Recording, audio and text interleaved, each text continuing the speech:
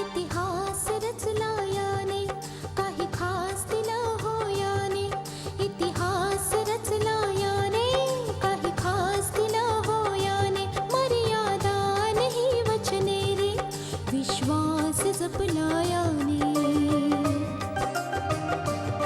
सप्तपदीने दिलेला हा उपहार रे माझा शृंगार रे हा माझा शृंगार रे माझा शृंगार रे हा माझा शृंगार रे मंगळसूत्र मंगळसूत्र मंगळसूत्र मंगळसूत्र मंगळसूत्र मंगळसूत्र मंगळसूत्र मंगळसूत्र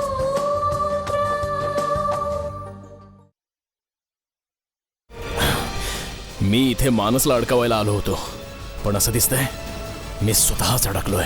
नोकरी तर मी मिळवेनच जज साहेब, तीही माझ्या बळावर, माझ्या पत्नीचा आधार घेऊन नाही. अरेस्ट हिम.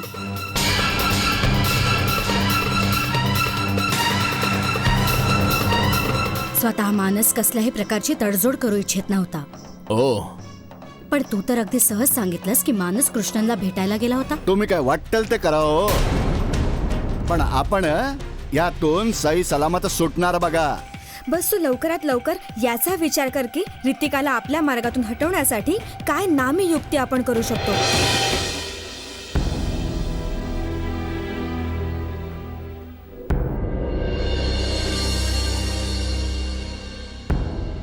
काय झालं मानस? अरे तू इतका विचार कसला करतोयस?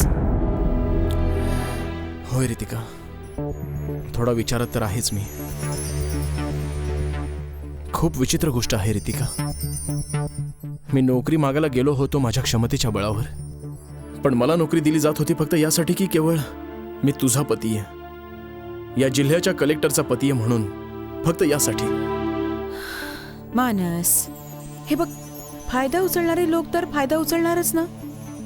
जर कुणी तुला यासाठी नोकरी देत आहे की तू माझा पती आहेस, म्हणजे नक्कीच यामागे त्याचा कोणता ना कोणता स्वार्थ असेल.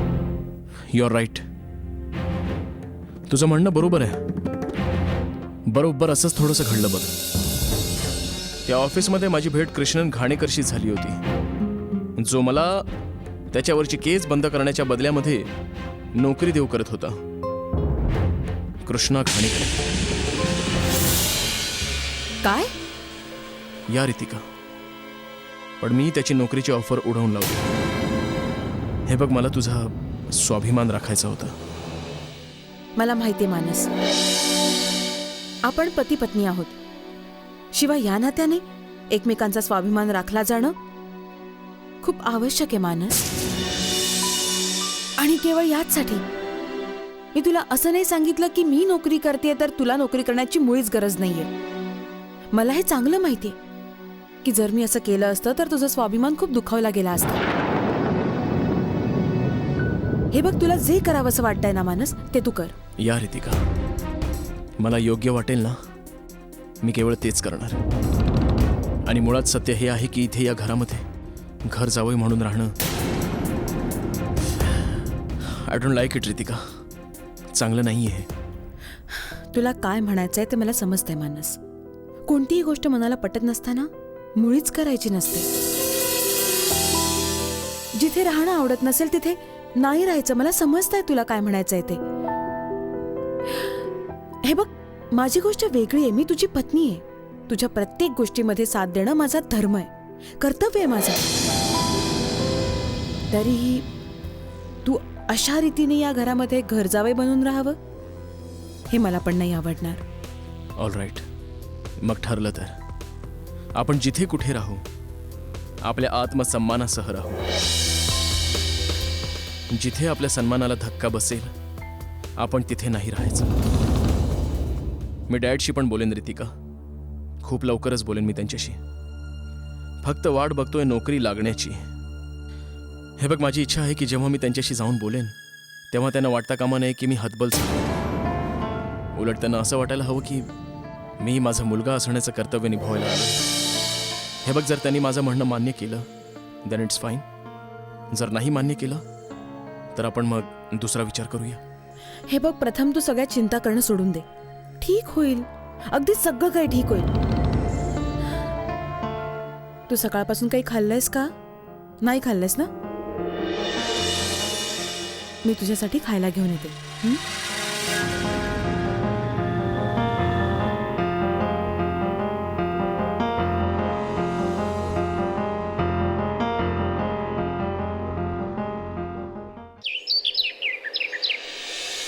हाय पप्पा. अरे साक्षी बेटा कशी आहेस तू? आय एम फाईन पप्पा. तुम्ही अरे कसे बस आहात? बस बस बस खुश राहा खुश राहा. मी तुमच्या समोर उभा आहे छान. एवढं मोठं घर आहे, एकटा राहतो, नोकर आहेत, ते मला जेवण बनवून वाढतात. पापा, आम्ही तुम्हाला हेच समजावायला आलोय की होय पप्पा. मानस आता सांगत होता की तुम्हाला रितिका वहिनीसोबत तिच्या परिवारातील लोकांची कोणतीही तडजोड नाही करायची. पप्पा, हो विसरून जा घडून गेलेल्या गोष्टी तुम्ही.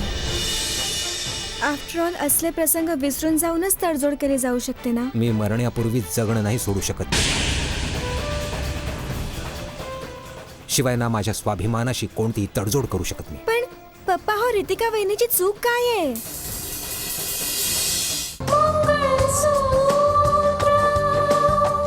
अहो, तिने केलं काय आहे? नाही, केलं रितिकाने नाही, केलंय ते आदित्य प्रताप सिंग. आणि जोपर्यंत त्यांचा अहंकार मोडून पडत नाही, आपलं मस्तक ते माझ्या समोर चुकवत नाही, तोवर तडजोड नाही होऊ शकत. आणि तोही दिवस आला असता, खूप लवकर आला असता, पण त्या मानसनी मध्येच तिकडे पोहोचून माझी मान शर्मीने चुकावली.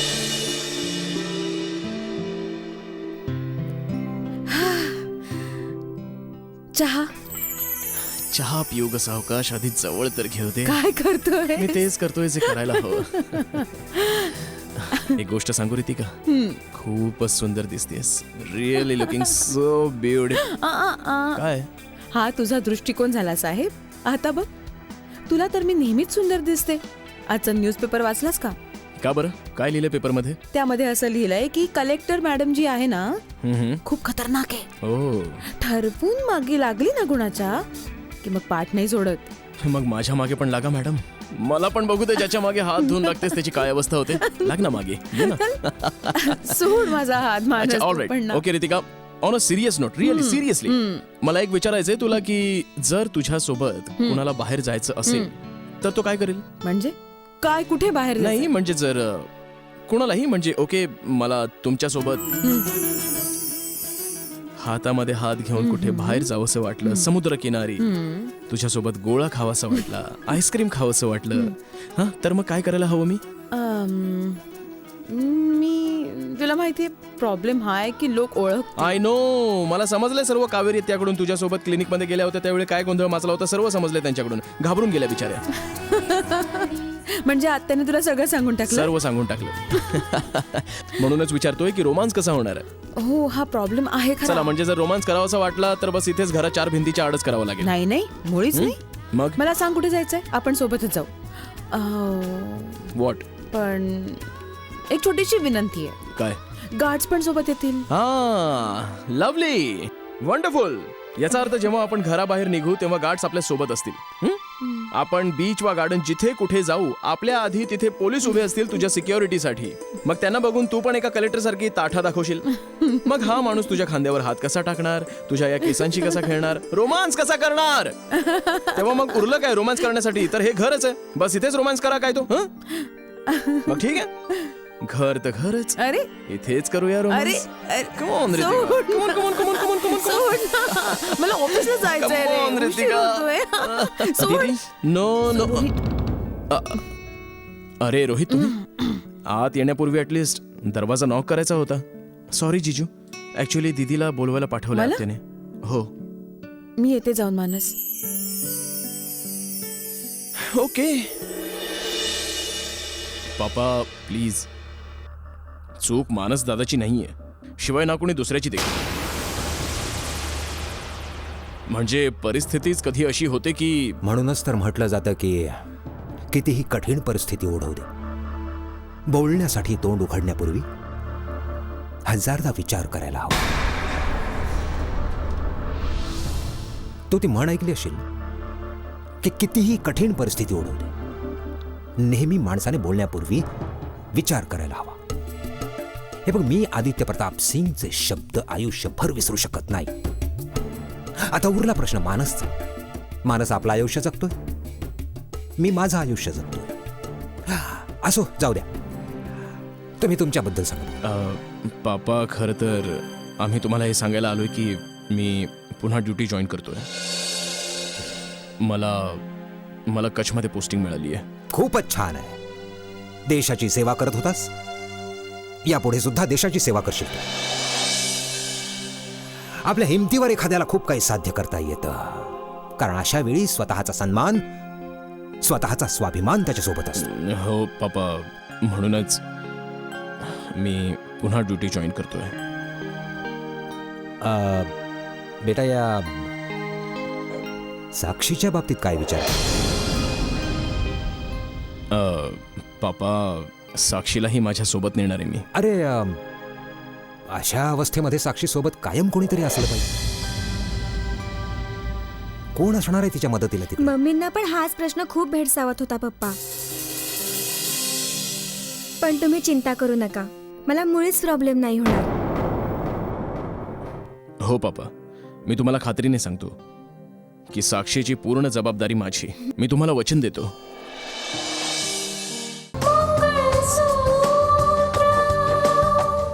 शिवाय तिकडे सुद्धा एवढे लोक असणार आहेत साक्षीची काळजी घ्यायला, त्यामुळे तुम्ही चिंता करत बसू नका उगीच. ठीक आहे, जशी तुमची मर्जी.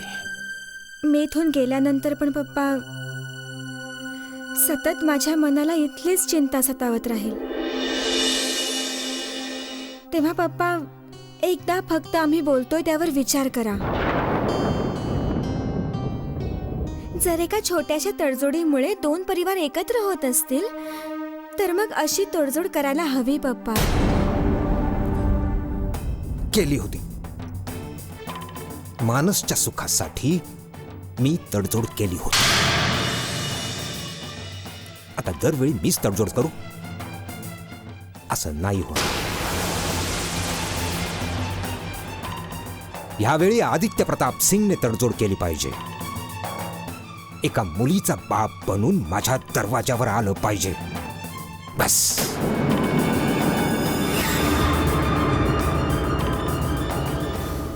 भाऊ, इतर कोणी विचार करो वा न करो, पण आपण तर आपल्या मुलांच्या बाबतीत विचार करावाच लागेल ना.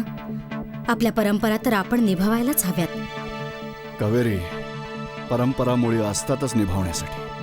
हे बघ, तू जे म्हणतेस ते पूर्णपणे पटतंय मला. तरी देखील तरीही काय भाऊ, भाऊ रितिकाच्या पोटी बाळ जन्माला येणार आहे, तेव्हा ओटी भरण्याचा रिवाज आपल्याकडून व्हायलाच हवा भाऊ. एका पित्यासाठी त्याच्या मुलीची ओटी भरणं म्हणजे जणू आनंदाची पर्वणीच आहे. खूप आनंदाचा क्षण असतो तो, पण रितिकाच्या केसमध्ये सर्व उलटच झालंय. जे काही घडलंय गेल्या काही दिवसात, बघ ना, तिच्या सासरच्या लोकांना मुळीच आनंद झालेला नाही. उलट ते लोक अशा वेळी नाराज होऊन बसले. भाऊ, भाऊ मानस आपल्या सोबत आहे. शिवाय जर रितिकाच्या सासरच्या लोकांचं आपली मुलगी, सून आणि होणाऱ्या बाळावर जरा जरी प्रेम असेल ना, तर बघ ते लोक ह्या ओटी भरण्याच्या समारंभात अवश्य सामील होतील.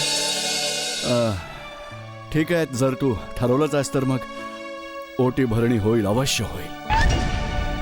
बर का भाऊ, ओटी भरण्याचा समारंभ फक्त आनंद साजरा करण्यासाठीच नसतो.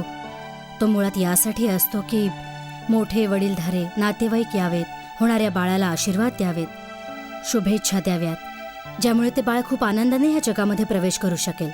आता एखाद्या छोट्याशा गोष्टीसाठी आपण आपल्या बाळाला शुभाशीर्वादांपासून, शुभेच्छांपासून वंचित तर नाही ना ठेवू शकत. हो, नाही ठेवू शकत. ते चांगलं नाही ठरणार बाळासाठी. ठीक आहे, जर तुझी इच्छा असेल की ओटी भरणीचा समारंभ व्हायला हवा तर होईल. तू फक्त एक वार मानसशी बोलून घे. हो हो ऐका ताई, तुम्हाला असं नाही वाटत की मानसच्या वडिलांना विचारल्याशिवाय जर आपण हे सर्व केलं तर उलटाच अर्थ काढतील ते लोक? कदाचित त्या लोकांनी पण या बाबतीमध्ये विचार केला असेल थोडा. काय विचार करणार ते लोक? काय जो काय विचार असेल त्यांच्या डोक्यात ना आपल्याला कुठे माहिती आहे का? अजून त्यांना माहित नाही का त्यांची सून आई होणार आहे लवकरच? अगं एक वेळ तरी येऊन विचारलं की सूनबाई कशी आहे? बरं, समजा आपण उद्या तयारी केली आणि त्यामध्ये त्या लोकांनी विघ्न आणलं, मग आपण लोकांनी काय करायचं? असं मुळीच नाही होणार स्नेहा. मी स्वतः बोलेन त्या लोकांशी.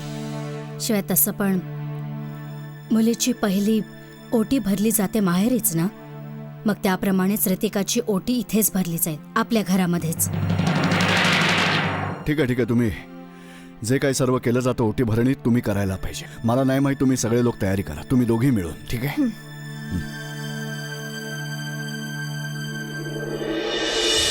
आय लॉयर आहे, काय चाललंय तुझं? कुठे होतास तू अजून? सर मी अरे मी काय करतो रे? आपण अख्खी रात लॉकअप मध्ये तडपडत काढली नि तू अगदी आरामशीर झोपून राहिला घरात. अरे हे लॉयर आहे, हे चांगलं नाहीये. नाही सर, मी पण पूर्ण रात्र तळमळत काढली. उजाडल्याबरोबर मी जामिनीसाठी धावपळ सुरू केली पण सर. मग काय उपयोग? आपल्याला बेल मिळाला? नो सर, मी पूर्णपणे प्रयत्न करूनही मला बेल नाही घेता. Shut up! तुम्ही लोक काय कामाचे नाही बघा, काय कामाचे नाही. हे बघ लॉयर, हा आपल्या इज्जतीचा सवाल आहे बघ. अरे आपण तुला सांगितलं होता की पैसा पाण्यासारखा होत आणि बेल घेऊन ये, बेल घेऊन हो. सर माझे सगळे प्रयत्न सुरू आहेत, पण पैशाची ताकद सगळीकडे काम नाही करत सर. काय आय एम सॉरी सर, पण या केसची रियालिटी हीच आहे सर की जोवर चार्जशीट न्यायालयासमोर ठेवली जात नाही आपल्याला बेल नाही मिळू शकणार. तो मग काय? तोपर्यंत मी या लॉकअप मध्ये सडत राहू का? सर पर्याय नाही दुसरा. लॉयर, पोलीस चार्ज शीट बनवणार म्हणजे काय अशा रीतीने बनवणार की आपल्याला न्यायालयातून बेल मिळून जाईल?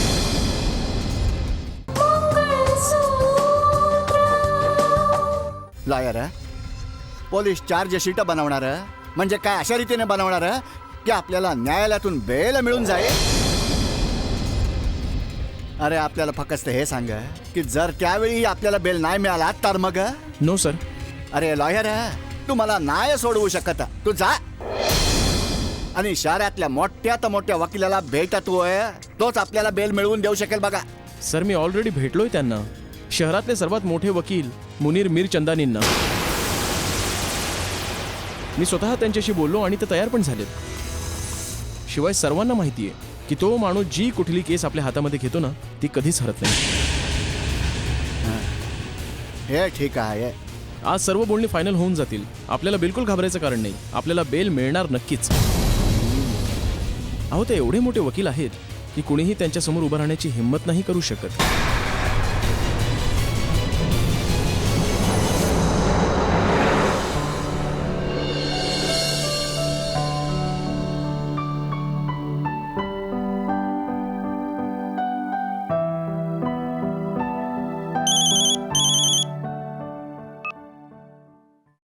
हां दीपाली बोल. रितिका, या व्हाईट कॉलरवाल्या अपराध्यांना पकडण्यासाठी आपली पूर्ण ताकद तर लावली आहे, तरी एवढं केल्यावर सुद्धा ते वाचले ना तर मात्र आपल्याला खूप मानहानी सोसावी लागेल बघ. अगं हे तू असं का बोलतेस? मी खरंच सांगते रितिका, आपल्यापाशी एवढे साक्षीदार, इतके पुरावे उपलब्ध आहेत, तरी हे इतकं असून सुद्धा या लोकांनी खऱ्या खोट्याचा धंदा बनवला. जसे मोजके वकील आहेत, कुणी खऱ्याचं खोटं तर कुणी खोट्याचं खरं सिद्ध करून दाखवतो. ह्या लोकांची घरं ह्यावरच तर चालतात. हो तुझं अगदी खरं आहे दीपाली. आता बघ ना, आपल्या आजूबाजूच्या लोकांमधील काही लोक समाजाला गुंडगिरीपासून वाचवण्यासाठी त्याची सुटका करण्यासाठी प्रयत्नशील असतात.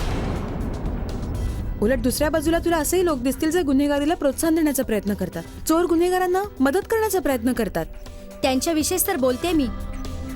या मुरलेल्या लोकांचा पळवाटा शोधून पळून जाणं म्हणजे डाव्या हाताचा मळ असतो.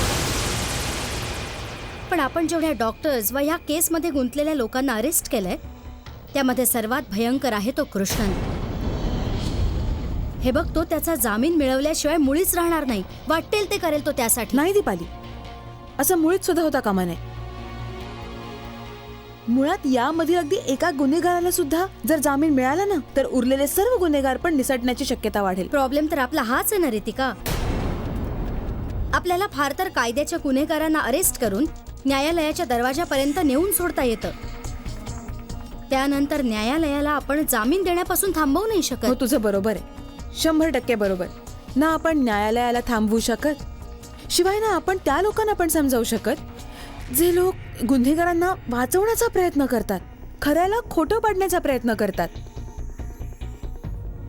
तरी दीपाली, भले काहीही होवो, आपण आपले प्रयत्न मुळीच थांबायचे नाही.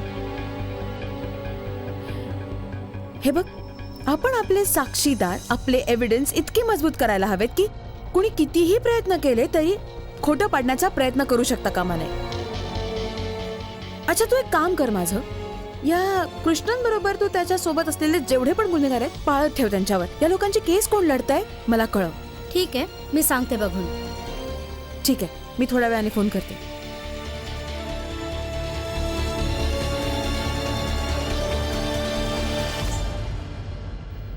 मॅम, मॅम ही फाईल.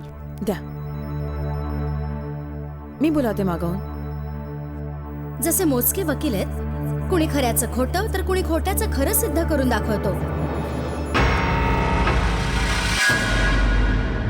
कच्च्या धाग्याने गुंफला हा संसार रे, पतीचे प्रेम रे हे जीवन सार